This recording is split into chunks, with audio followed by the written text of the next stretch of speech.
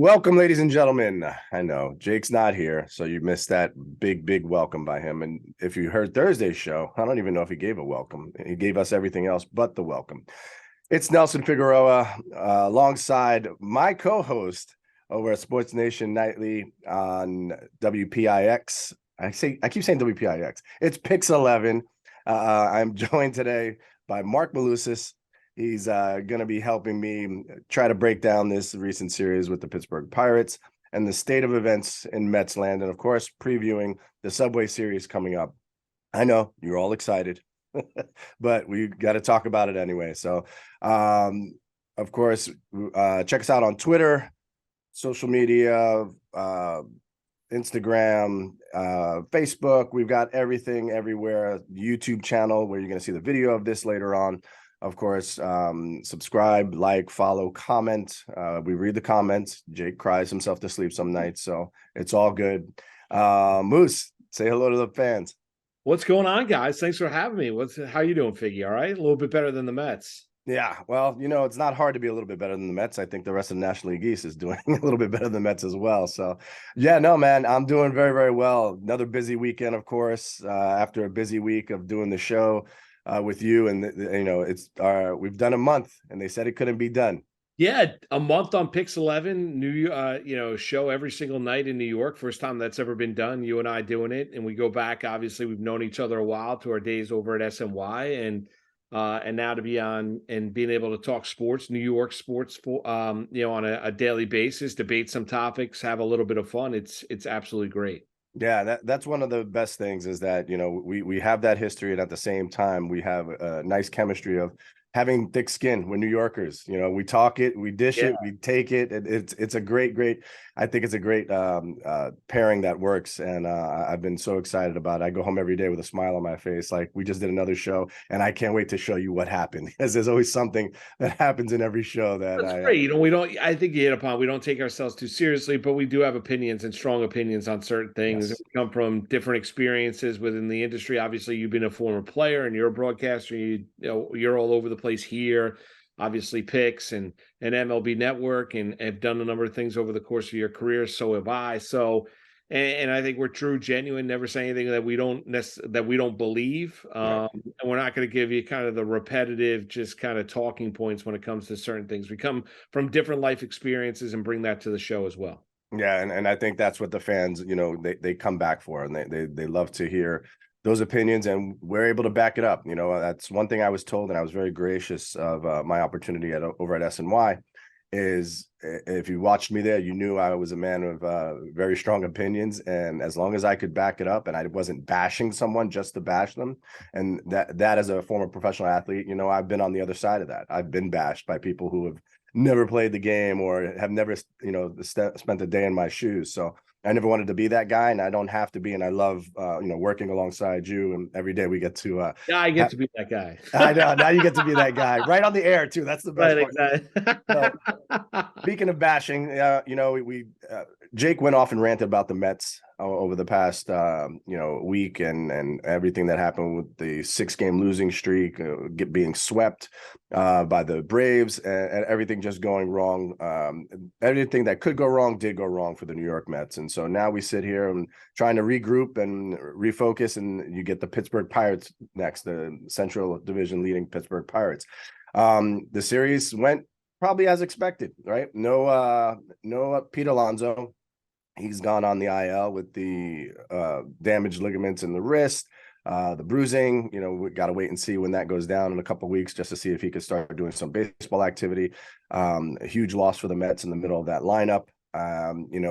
Luis Guillorme comes back up, a guy they desperately need to have to kind of just give some of those middle infielders a day off here and there. Plus, when you look at the matchups with the Mets, we're still hoping that starting pitching can save the day. And of the 3-game series, you take a look, there was only one guy that was able to step up, and that was Kodai Senga, who has really been a blessing in disguise, since the Mets have signed him. I know there's, talk about his schedule of needing extra days rest or whatnot, but listen, 9 times out of 10 so far, he's been able to deliver. and go out there and give you a quality start and keep you in a ball game, and you feel good when you hear the name Kodai Senga starting. Yeah, I sang it was great. I mean, I don't. I come away from this Pirates series, and yeah, you didn't get a quality start on Friday night. It was more of an embarrassing performance. Then you got the players only meeting that Buck had with the team after that performance. I think they had 3 errors in the field. Marte not diving for a ball down the right field line. McGill was terrible. Senga stepped up. They win the game, middle game of the series 5-1, and then you get to Sunday, Carrasco was okay. You didn't go deep into the game. They just didn't score runs. I mean, they had 3 hits as a team. Alvarez was in the DH, so now Met fans don't have to scream and holler about Alvarez being in the DH spot. He was on Sunday. He took an 0 for and went 0 for 4. Alonso not being a part of this lineup now for conceivably for the next month. And then you have to look at it is what is that wrist like and how long does it take him to be able to get into a groove following a wrist injury? Because we've seen it with hitters before, Figgy, about you have any kind of an injury to the wrist, how important that is for hitters. And then where is he in terms of when he returns? How quickly does he get back up to speed? Because he was on pace there.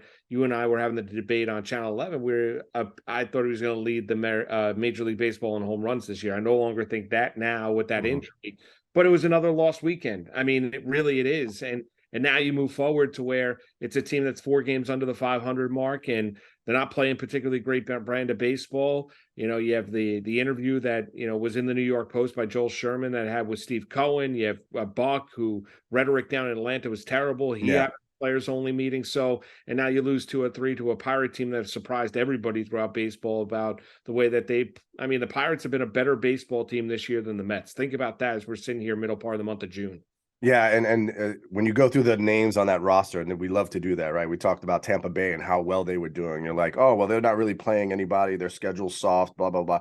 But then you look at the names on the schedule on that roster, and you couldn't guess, the 9 hitters. You couldn't guess the 5 starters. You don't even know who's closing for the Pittsburgh Pirates. And it's the same thing. Good baseball is coming back and playing baseball at a level where not trying to strike out every time or swinging for the fences. You're seeing a lot more of that from these teams that are the lesser thans who are now, still leading their division. We're all the way into June. So I think that's something that is a good thing for baseball, to have the Pirates in the conversation, because that Central is weak, a very weak division. And everybody keeps waiting on the Cardinals. I mean, they do. It's only a matter of time. They've just have so many in-house problems of, they went out and got a catcher that they didn't want to catch a month into the season. How do you do that? How do you get Contreras and then say, well, we're not going to let him catch anymore. We're just going to let him be a DH and maybe move him around a little third, a little first. No, I mean, this is one of those things where I think, all of baseball, there's storylines all over baseball, but the biggest storyline for the New York Mets is, of course, is that $350 million payroll. And you've got nothing to really show for it except a, subpar team giving subpar efforts mostly. And, even like today's game was a 2-1 ball game where, you would take that and say, hey, it's a, last day of the road trip. You feel really good that they battled. It was 2-1 game. It was close. But was it really close? Like, did the Mets even scratch Keller throughout this game? It was McNeil hits the 1 home run, and he finally got an extra base hit after 44 games without an extra base hit, which is mind-numbing for a guy who swings the bat as well as he does, coming off a Silver Slugger award last year. And now you keep looking and you're saying, well, now this offense can't find a way to muster some runs. Mark Canha did a great job, on Saturday. Continues to, have some production, and then you decide you're going to have Marte off and you let Canha play right field, which is a good move. I like the fact that you don't say, okay, Canha had a good game, but, we're going to go with the metrics and sit him for the day and let Marte still play. So a little bit of maybe feel there by Buck. Canha didn't have a great game, but I still like the fact that you're going with the hot hand, and you have to do that at this point because it's all hands on deck. Really, there's no one that you're relying on the big names to do something. Your biggest name is down, of course. Lindor still looks lost from the left side, and it's it's time. I think it's big time to start reevaluating what needs to be done with this team.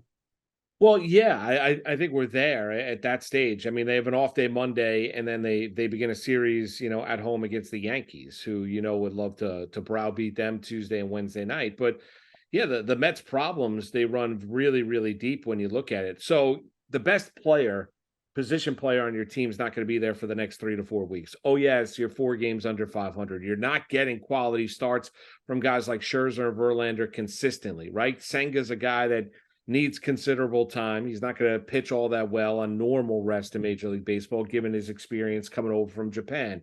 Then you look at Cookie Carrasco. What is he truly right now? Is he number 4, right? You look at a bullpen that's being taxed day in and Ugh. day out. And then you don't have Edwin Diaz. And then you get to the other position players. You've had a downturn in Canada, downturn in Starling Marte.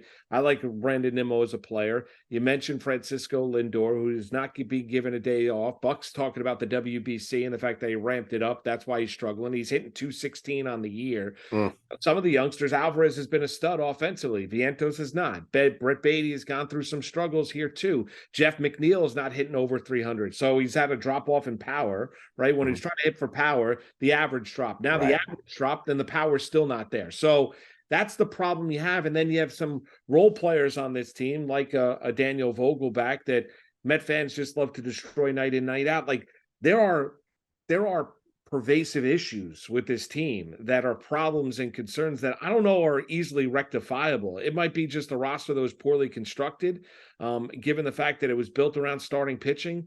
You haven't had Quintana at all this entire year, and the two guys that you needed to be there and pitch really, really well, and Scherzer and Verlander, they've been anything but. And then you get to some of the some of the issues with Buck in the dugout. So you mentioned about, they're 4 games under. It's been go time here for a while. They just lost the series to the Pirates. They had a 7-game losing streak going into the finally winning a game. They've gone out there. They've lost 8 of their last 9 games. Yeah.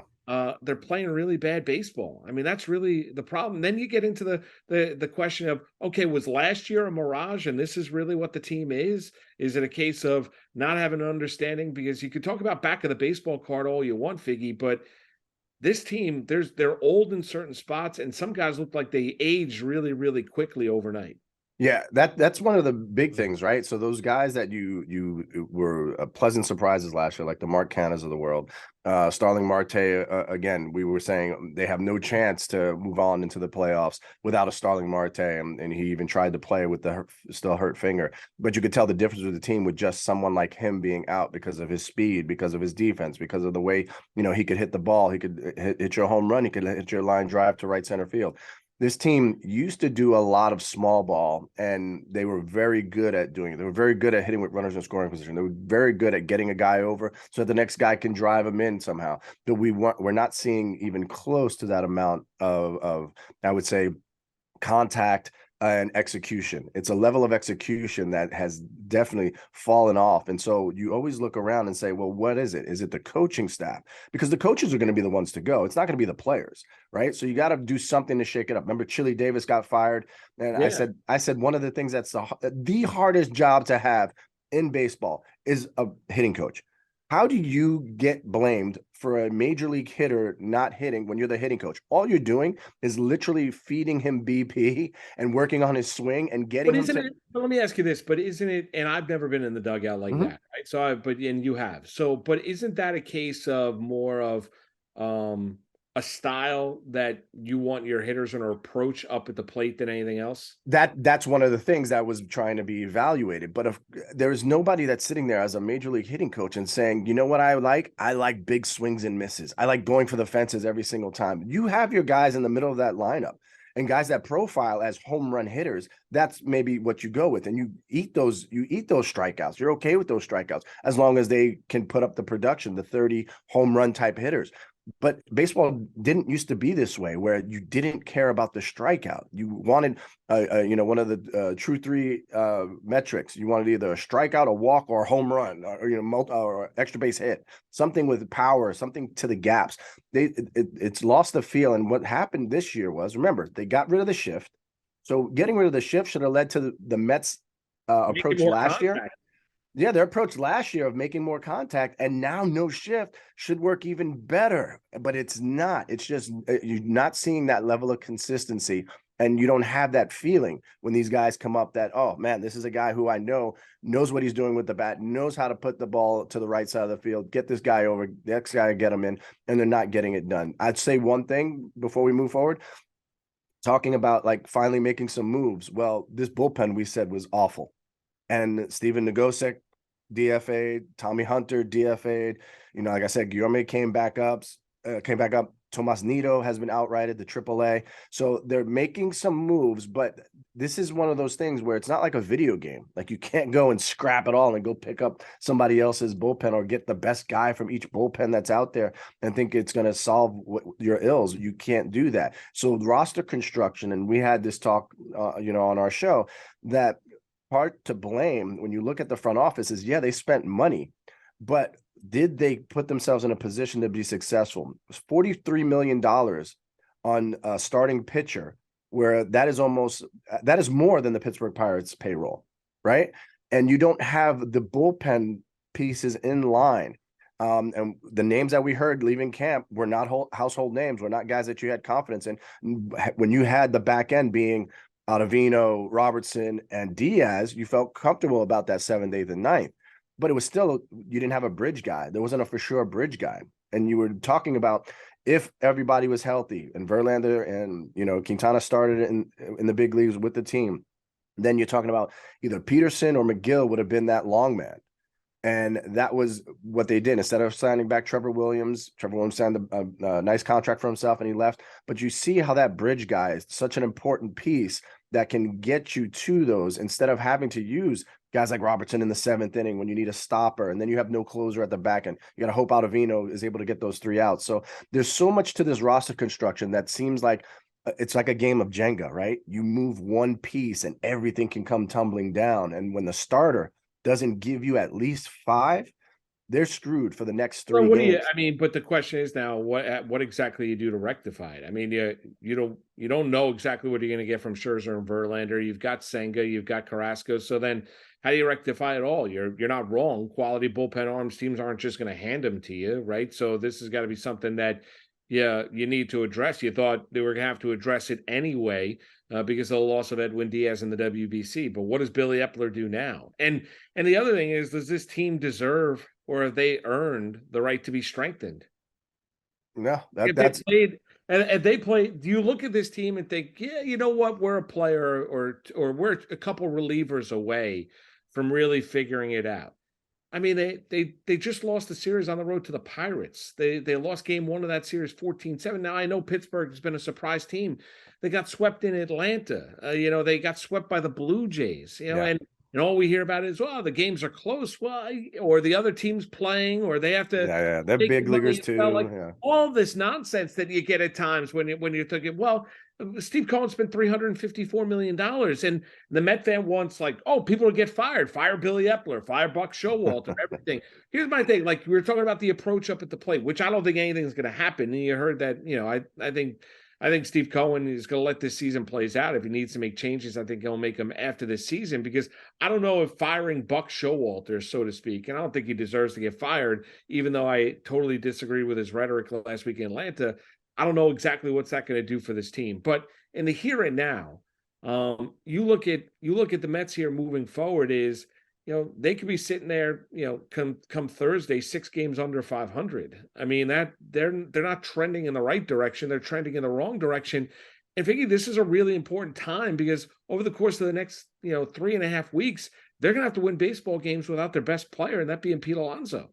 Yeah, so I think one of the things that you have to try and do is if you look down at AAA at who's available, right? You're going to need that length in the bullpen. So a guy that can give you multiple innings. So the Lucchese's of the world are guys like you have to have confidence in that he can be a bridge guy. He was a starter, and he had 2 of his first 3 starts. He pitched really well. Had the Mets' first 7-inning outing of the season, all the way back in mid-May when he came up. He's a guy that I would kind of lean on to say, hey, if he can come back and give me 2-3 innings every 3 days, then we can do that. But remember, he's coming off of surgery, so I don't think that's even an option that they're willing to entertain, or if he's even willing to entertain it. But I think I would rather be that guy in the big league level than sitting in AAA, being a starter and just, pitching once a week. This team needs to get a couple of guys like that they can kind of go to. The Nogoseks of the world are gone. Tommy Hunter. So you need two guys to replace those guys that can give you multiple innings. We can't have one inning guys. And the bad part is you know what, they brought up the kid. The first game, this Muckenhern, he comes up, and first game, of course, is a blowout. And all I'm sitting there is going, man, I know this. I've seen this all too many times. I'm going to get to pitch 3 innings today, and I know I'm going down after the game because they got to make room for somebody else. And, of course, it happens. That's something that's really is you don't think about it. I think when you're constructing a roster of, when you look at the high end, you're looking at the back end, but you're not looking at that middle relief, and you think you have arms. And I don't know if a team like Tampa Bay gives you false hope about it, where they are just churning out these relievers every year based on metrics.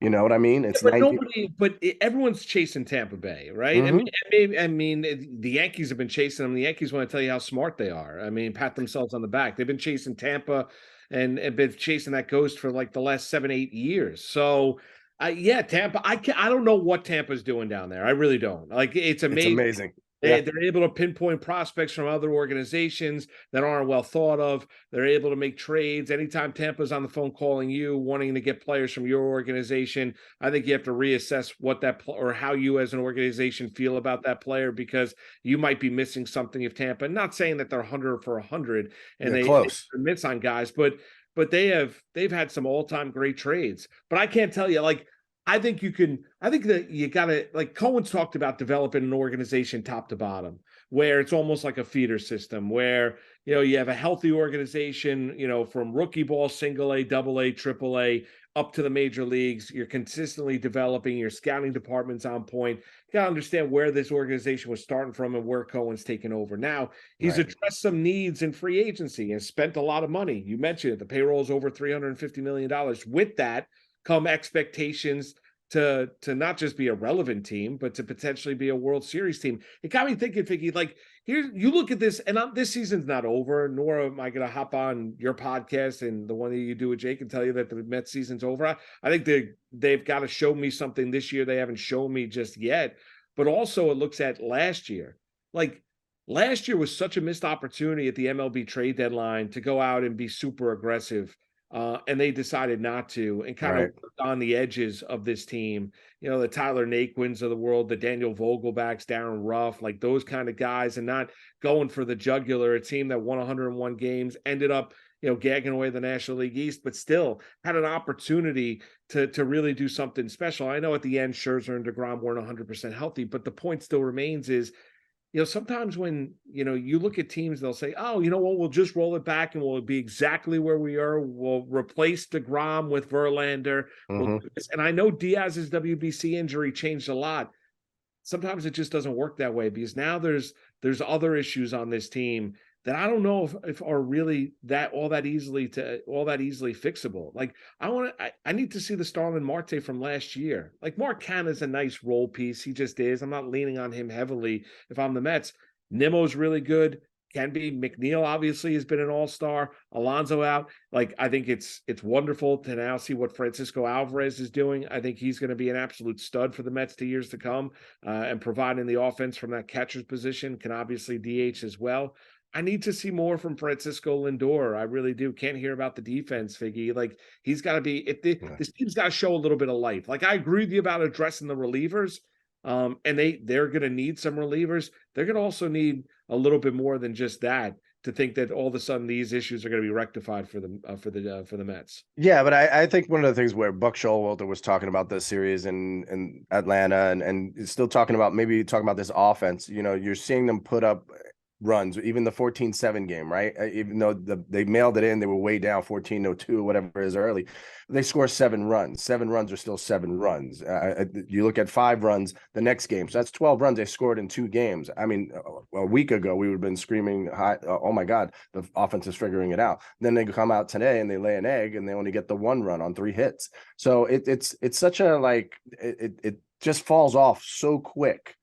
Right. But Right. let me ask you, are those like, it's almost, well, you played, I didn't. Let me ask you this though. Like, is Mop-up runs? no, is every home run one in the same? Like if I'm Pete Alonso and I hit a home run down 10-1 in the 9th inning to make it a 10-2 game. Like I know they all count in the same, but then I hit a home run to have a walk-off victory in the bottom of the 10th inning. Of course. So they score 7 runs on Friday night. They were down the game 14-2, right? They scored 5. You had the Pirates in the top of the 9th inning. They were dropping fly balls in the outfield, right? So I mean, they're putting in like their I don't know. 15th pitcher. Yeah, go Right. ahead. So Get them some exactly right. So I don't know if I necessarily look at that. I don't disagree. Sometimes, you're starving, you're desperate for runs. Yeah. I don't know, but I don't know if every run is one and the same. Like it was a shame what happened in Atlanta. The Mets did not deserve to get swept against the Braves. Like they played well enough. I'm Right. not saying they played well enough. Three-run leads at least, and then the Right, last day 3 times they had a 3-run lead in that same game, and to lose all 3 is. But that's where you start to get frustrated as a fan, and you hear it. I hear it. We talk about it a lot. Is that does this team have the earmarks of going on any kind of a run, or does this team have just the earmarks of being, an average or bad baseball team? That's not for me to. I'm just telling you what they've looked like up until this point in time, and that's where Billy Epler and Steve Cohen have got to make a decision. That's where I really believe the team's got to show something, like they've got to show a little bit of sustained life. That's why I thought. Buck telling his team, like, guys, you got to dig down. Like, I've never been a part of a player-only meeting, not on that level, Figgy. I'm sure you have over the course of your career and getting called out. But, I mean, it was time for Buck to do something. Like, he can only protect his players so long, which I understand that's what the modern manager is going to go out there and do. But the messaging behind the scenes had to be a little bit different. Like, guys, you're professional athletes. Like you're getting paid a lot of money. You have to dig here because we need to start to find a way to win some baseball games. Yeah, that's the biggest thing. The biggest thing is find a way.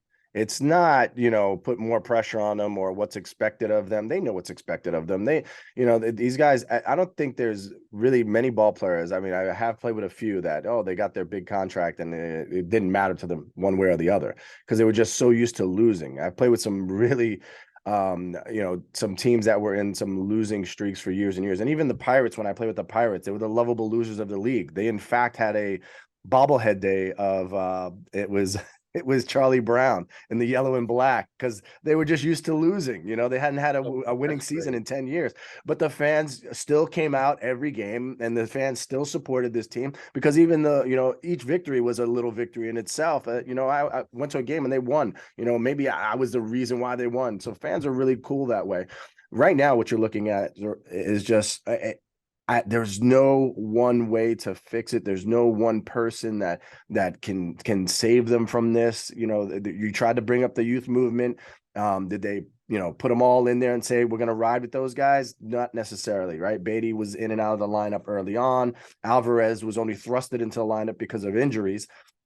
And an injury to Nito, made him the everyday catcher. And then, now that you see Navarez back, now he's taking a back seat to catching so much, so he might lose a little bit of his edge, but he keeps swinging the bat, and he needs to because this team needs that kind of power in the middle of that lineup.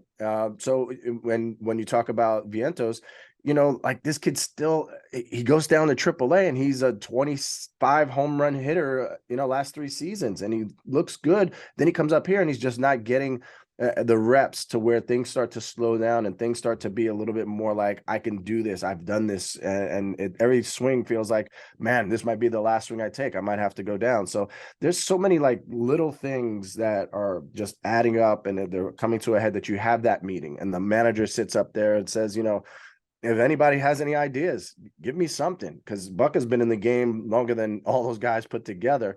And he's probably seen all the different all the different varieties of winning streaks, losing streaks, things that are going right or going wrong. I mean, he's been a bridesmaid 3 times where he leaves the organization and the next year they win the World Series. So he can tell you about the level of frustrations about a team and how quickly it can turn around. But at the same time, you can't lean on what you did last year.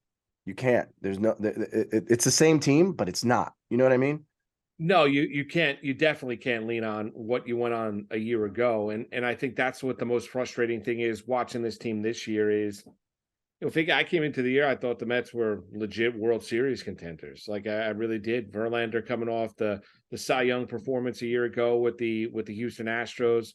I thought Scherzer, it was more health than anything else last year. Even he said, going to do a full reset in the offseason.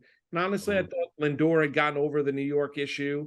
Alonso's an absolute stud. I like Brandon Nimmo as an offensive player. I thought Cannon and Marte could at least keep it going for yet another year. And then mix in some of the younger players, but he could also mix in some of those younger players and those assets to maybe strengthen the team and use a couple of those guys to go get a veteran player. So I didn't expect the team to be sitting here at this stage now. I agree with you about Buck.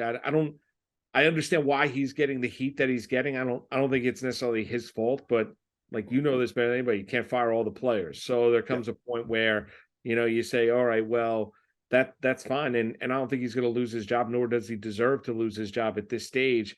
The question I would have is, what does it look like offensively without Alonso? Yeah. Like, who are the guys that are going to need to be able to, who are the guys over the next 3.5 weeks that have to step up and provide offense for this team to get themselves enough W's to keep themselves in the race in the National League? Because that's where I'm looking at right now, because because Pete Alonso, when he was hot, he was basically carrying this team offensively on the back. All by himself. So it comes down to these 4 guys, and then we'll move forward and talk about the Subway Series. Yeah. These 4 guys, right? It comes down to Lindor, it comes down to McNeil, it comes down to Nimmo, and it comes down to Marte. To me, those are the 4 guys that have to really step up, and whatever you do to reset yourself, whatever you say to, okay, the season starts now, or whatever it is that, let's take it from here and the next 10 games and see, if I can put my batting average where I want it to be for the next 10 games, and you do it that way. You got to sometimes start small, because when you think big and you look at what you've done already and all the work you put in, and it's only a 216 batting average, it's overwhelming. It's daunting. It's like you're swimming upstream the whole time. So I think there just needs to be a reset, a mental reset, and go from there. And let's see if they can get it done versus the Yankees. So Tuesday, Wednesday, we've got the Subway Series coming up. First off, of course, the live Amazin But True podcast after Wednesday's game, Subway Series game. It's me and Jake Brown. We're still trying to get a guest. I'm trying to finagle somebody to come over with us at Ebbs Brewing Company, right next to Citi Field in the right field gate. Come hang out with us. We'll be giving away some new Amazin But True t-shirts. And anybody who's had a t-shirt before knows they're the softest, most comfortable t-shirts on the planet, and endorsed by one Donovan by one Donovan Mitchell. He actually writes to us and tells us he needs more t-shirts because he loves that t-shirt so much. That's great. Yeah. That's so Can I get one? Can I get done deal, my man. Done deal. So we are gonna have a limited amount of those. Come if you want one. Moose, I got yours. Don't you worry.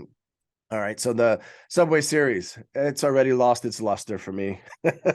We're without Judge and without Alonso, the 2 guys that we kept saying are going to lead the world in home runs. They're both out. So now, but we have the pitching matchups, right? This is about the pitching matchups that you'd want to see. So you got Scherzer Tuesday versus Severino, and Verlander Wednesday versus Cole. I think, that's in itself makes it must-see TV, but you're looking at 2 offenses that without the middle of the lineup are struggling mightily to score just a few runs. Yeah, the offense. Yeah, the Yankees. The Yankees have got their own set of issues as well. But yeah, I think it's taken a hit. I always think Yankees Mets is always fun in this city because of how passionate both fan bases are. Regardless of where your team is, there's some sort of meaning to it that is on the line. The fans get into it, and that's the most important thing. Like in the end, does it really necessarily mean your team's gonna catapult to winning something at the end of the season? No, not necessarily. But I think it's always fun. Now, is it the same? I think they've done a nice job cutting it back to 2 games apiece in each respective park. I think we're getting a little bit too much, but I remember the times where you had the true. Remember when they played the double header, one game Yeah, game in and one at the other park. in Bronx, and they were busting back. Like those things were fantastic. I mean, it was just great. It all kind of changed, I think, when they met with everything on the line. Like Yeah. I think when they met in the World Series, where the Yankees were victorious, and Joe Torre will tell you to this day, like there was never more pressure to win a series than when he was taking on the Mets, and he basically hated every second of it, because of how much pressure was on that Yankee team to beat the Mets in that series. I think it all changed a little bit after that. Obviously, this series is a little bit different.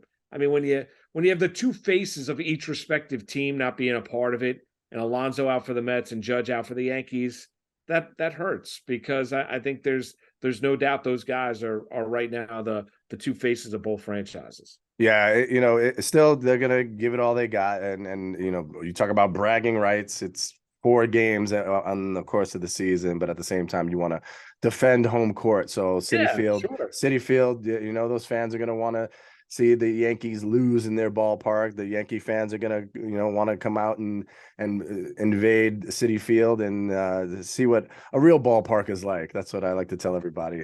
Look at Hearts. Why are you disagreeing right now? Come on, tell me. Yankee fans on the whole will tell you they love Citi Field.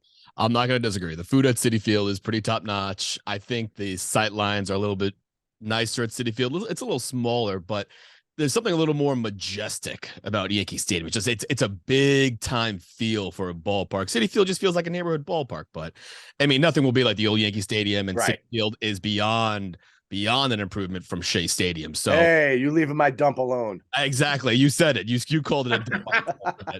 No, Subway Series is fun, man. And I know, look, like the Mets lucked out. You don't have Aaron Judge, so you don't have to face him. And who knows? Giancarlo Stanton could possibly pop a hamstring by then, so you won't have to face him either. Luis Severino hasn't looked great. Garrett Cole can be good, can be bad. I personally think, and which way I lean team-wise here, but I feel like you're going to see the best of Scherzer and Verlander. I do. I feel like both guys. From your mouth to God's ears, bro. They're coming off of rough games and big time pressure. And now I could just see the newspaper where it's going to be the Twin Towers, Verlander, Scherzer, outduel. I like it. Cole and Severino, because Sevy, I don't think Sevy is truly healthy or he's worked up yet, and Cole could be fickle, but I'm looking forward to it. It'll be good, and it'll be we'll get some good banter in the stands, and I'm sure there'll be a fight or two, which is always exciting. But no, look, it's always exciting in the Subway Series, and I agree with Moose. I like cutting it back by 2 games. It kind of makes it amps up the excitement a little more. So. Oh, it also amps up ticket sales and prices, so they love that part of it. So, I mean, to Andrew's point, I mean, Citi Field's. I do think Citi Field's by far a better stadium than Yankee Stadium. I do. I miss the old ballpark in the Bronx. Yes, I agree. This is a Met podcast, but we could probably do like a 10-part series on the Yankees and how they messed up the new stadium. And basically, they should have stuck with the old one and refurbished it or whatever, whoever designed the new one. But Citi Field's great. It's fun. Like, however way, and I'm not trying to downplay. Like, I love, like, Yankees Mets is special. Plus, it's a long regular season. It just adds a little extra special quality to a little regular season baseball when you get these two teams going at it. And now you have 2 teams. You have a Met team that's desperate, and maybe here's the other thing. Maybe the Mets use this 2 games and play really well against the Yankees as kind of a launching point to them to start playing a little bit better baseball. Maybe that series shows, back home after a rough road trip. Maybe that's a launching point that starts Tuesday night. We'll find out. But they need quality starts. Yeah, they definitely need. This is the time for these 2 guys to step up in a major way, and it would be fantastic to read those in the New York Post headlines, of course. Listen, I have to thank you, Moose, for filling in. Not just filling in. I want you to Wally Pip. Wally Pip, poor Jake right here. I asked you the other day at Picks, I go, did he go to the edge of the earth? Like, where has Jake been? Like, listen, he's popping in to do a Met rant after they get embarrassed in Atlanta. But where exactly you're like, no, he's at a wedding. He's this, he's that, he's all over the place. This is what Jake does. Jake is he's young, he's single, he likes to mingle, and he disappears every now and then. He has to use his frequent flyer mileage, and he has to use his sick days. So he finds a way to make do. But I want to thank you for coming on with us, at Marc Malusis on Twitter. We do the Sports Nation Nightly Show weeknights, every single weeknight at 7 p.m. half-hour show. We give you our point of view about what normally turns out to be in New York sports, but again, you got big games going on with hockey and basketball, and even a little horse racing every now and then. I won't brag or anything, but guess who won? Arcangelo. Damn right, Arcangelo won. But the big thing is, did you bet Arcangelo? Moose, I've never bet a thing in my life. I'm not a gambler in any way, shape, or form. I'm not not even a slot machine, bro. I don't do anything of that nature. But what I did was, did a little bit of research, and I love the name Arcangelo. I thought it was awesome. Well, not only that, but Arcangelo, I know, but set first female trainer ever to win a Triple Crown and a Triple Crown race or the Belmont Stakes, Jenna Antonucci. So. Yeah. The son of Arrogate, and Javier Castellano won the Derby aboard Mage, wins the Belmont aboard Arcangelo. So you had it. I should have went with right. I bet Angel of Empire, I think, finished 5th in the race. So and I'm the one that watches the horse race. He watches. Listen, he watches every day. Like every day. Yes, I watch. We're sitting there like preparing for the show, and you hear keyboards clicking away, and all of a sudden you hear, and down the stretch they come. I'm like, what race is this? He's like, it's Monday. And he's loving it. But thanks again to you, Moose. It's been a blast, and it continues to be a blast every day. I look forward to going to work and smiling and having a great time, and maybe a little nitro cold brew afterwards. Oh, nitro cold brew is the best thing. I don't know what it is. It's like I had it the other day for the first time in a long time, because I need, I've got 3 kids, and caffeine is my friend on a daily basis, like at 4 or 5 cups of coffee. So nitro cold brew is an amazing thing. Yeah, he was pumped up. But so we'll wrap up here. The preview of our, of course, Subway Series show, live Subway Series show at Ebbs following Wednesday night's game. Please come out in attendance. Jake will be signing autographs, taking pictures, even pony rides, I think. And Jake is gonna, maybe just a piggyback ride, I guess. Thank you all for listening. Again, I want to thank Marc Malusis. I want to thank Andrew Hartz and Nick, our new intern, who's going to be there. Are you going to be there, Nick? You coming in? I will be there. I'll be there. Of course, he's going to be credentialed for the Subway Series show. Go figure. And where do you lie, Nick? Mets or Yankees?